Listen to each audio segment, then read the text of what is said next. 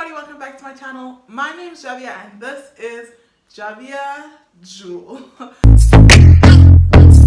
Firstly, thank you so much for the love that was shown on the video that I made with my mom. If you haven't watched it, I'll put it in the info card and you can click on that and go ahead and watch that video. If you would like another one, put it in the comments. Tell me what kind of stuff or what kind of questions you would like us to ask. And if you would want me to do one with my dad, also comment that. And the second thing is, if you're new to this channel and you've never seen my face before, please make sure that you give this video a big thumbs up and share the video and subscribe to my channel, because if you're not already subscribed, you should be, because this is an absolutely amazing family community place. So I did a thing on my Instagram asking what would you guys like to see from me, and I got a lot of responses saying story times. So today I'm gonna tell the story of when I lied to my parents and I went to what I later found out was an illegal house party, and it was shut down by the police. So let me explain, okay? First thing I want to say is that I was at a place in my life where I was just finding out who I was, what I wanted to do, who I wanted to be, and all that kind of stuff. In my high school and amongst my friendship group, we had like two co-linear running friendship groups. So we had the friendship group that was known as the South Kids, because they're from the south of Johannesburg, being Alberton, and we had us, but we were majority a group of people of color, but we called ourselves like the Blacks. And the South Kids and the Blacks, like, we ran co-linear as a squad. And so the kids in the South group were more the party goers, the ones who went out, did life, you know, they did their thing. And the kids in the Blacks, at that point, a lot of us had never truly done anything like that. We'd never been risky. We were just, I'm telling you now, it was in 2016, and all I had ever done up until 2016 was go to birthday parties. So we had never experienced like something crazy or whatever. I'm gonna give the two sisters a pseudonym names. Mary and Anne are the two sisters who are part of like the South Kids, and they were our friends. And Mary and Anne went to a house party and they really enjoyed it and they really loved it, and one of their friends was the organizer. But then we found out that the organizer was going to be throwing a part 2 of this house party. So we were intrigued, and Mary and Anne were kind of like, you guys have to show up, you guys have to show up, it's gonna be a vibe.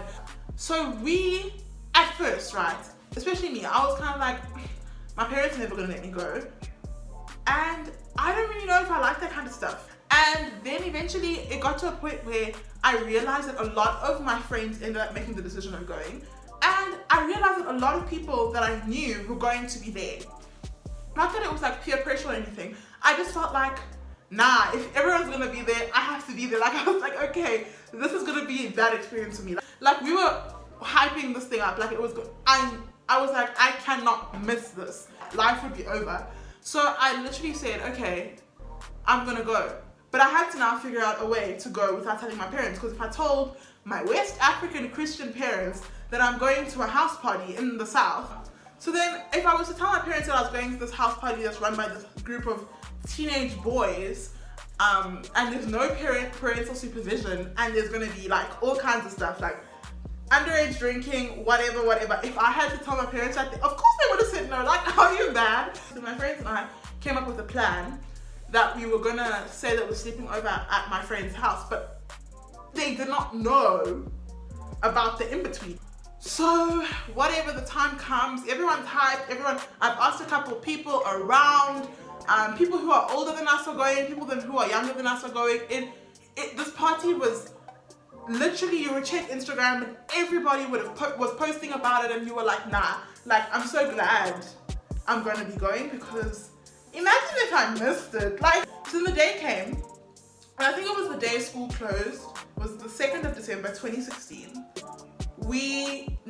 I left school, I packed my stuff, you know, whatever, got to the friend's house, got dressed, and we were getting ready to go. So now I think it started at 6. I can't really remember a lot of the stuff that happened, because it's kind of like, it was so shocking that like a lot of it just disappeared from my memory. And as I said, what are their names? Mary and Anne, right?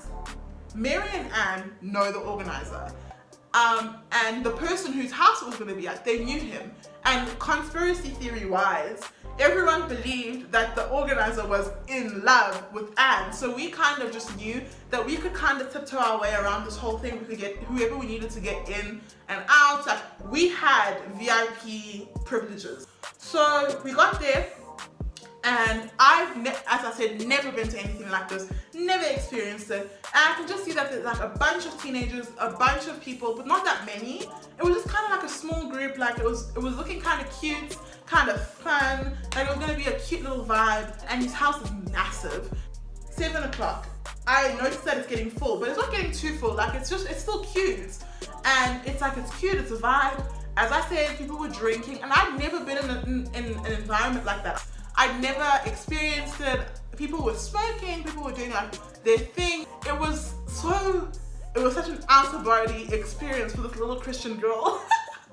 So I then, like, it was increasing in size, more people, music, it was a vibe. This story runs collinear with like a whole nother story about finding out that an ex-friend was dating. Oh my god, I can't even discuss that. But in that other story, there were a group of guys that were my friend, I'm gonna call her Samantha, my friend Samantha's boyfriend's friends. So they only came up like around 9 o'clock. And we're standing on the balcony and we get a call. I mean, even Samantha was late. Let me not lie. Let me give her a name. Samantha and Jessica came late. So Jessica and Samantha, we had to get them in because we were in there early. So we said, okay, Anne, can you please go to the gate and tell them to bring in Samantha and Jessica? So at 9, they had already said that the house was almost at full capacity, so they couldn't take any other people. But we fought for Samantha's boyfriend to come in. So he came in as well. But now all his friends, his squad are still outside. So we were standing on the balcony and we looked down and we can see his friends, his squad, whatever. And that's when I found out some tea standing on that balcony. But anyway, and then you can see that it's kind of like the street is really packed, like full. There were all kinds of people there. And then around about this time, people started like yelling, "Let us in, let us in." So now we're standing there, there's kids screaming, "Let us in." It's havoc. Inside here, there's all kinds of crazy stuff taking place. So we were told the police were there, and I was like, oh my god. What? My parents do not know I'm here.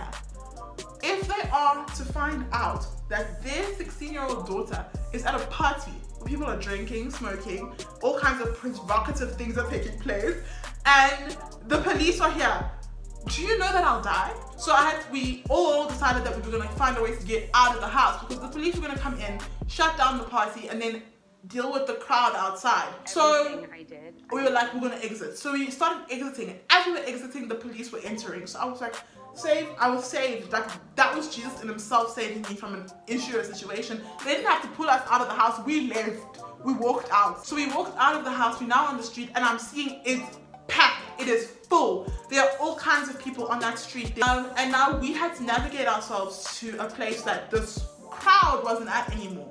So Anne and Mary were like, okay, we can't go to the Glen, which is a shopping center in the south, because if we go to the Glen will be full. Like, everyone's first instinct will be to go to the Glen. We got into this person's car and we drove to this mall. But now I think it was like 3 of us who could fit in the car, including Mary, Ann, and some of their friends. And then our other little groups of friends were gonna meet us at this little duplex mall, whatever. We left, we got out skid-free. We just walked straight through the crowd. We saw the commotion, we saw the police, we saw all the movements. But we like completely like moved from it. Like, I was there, but I don't remember it being this crazy. But it seems it was. But I mean, we really walked right past all the commotion and just got into a car and left. Like, okay, so all of it closed up. We ended up going home, eating, sleeping, waking up, moving with our lives. And later on, because I think like 2 days after that or 3 days after that, I had to go on youth camp. My mom's friend's son was at the pool and he was talking to some of his friends, and I came in, he was explaining how he was at a crazy house party, whatever, and then he said, "Javia, I swear I saw you there." And I was like, oh, that's so funny, it must be somebody who looked like me. That's like the first time I went out and almost got arrested. It was a crazy experience. I actually can't believe it actually happened, and I'm thankful that it did. So that's the end of the story. Thank you so much for clicking into this video. It's been an absolute enjoyment, pleasure, and excitement to bless you guys with this fate. If you would like to hear more about the crazier side of my life, comment that. I know I said comment a lot of stuff, but comment whatever you want this channel to be, because I will literally listen. Thank you so much for watching this video, and stay blessed. Bye.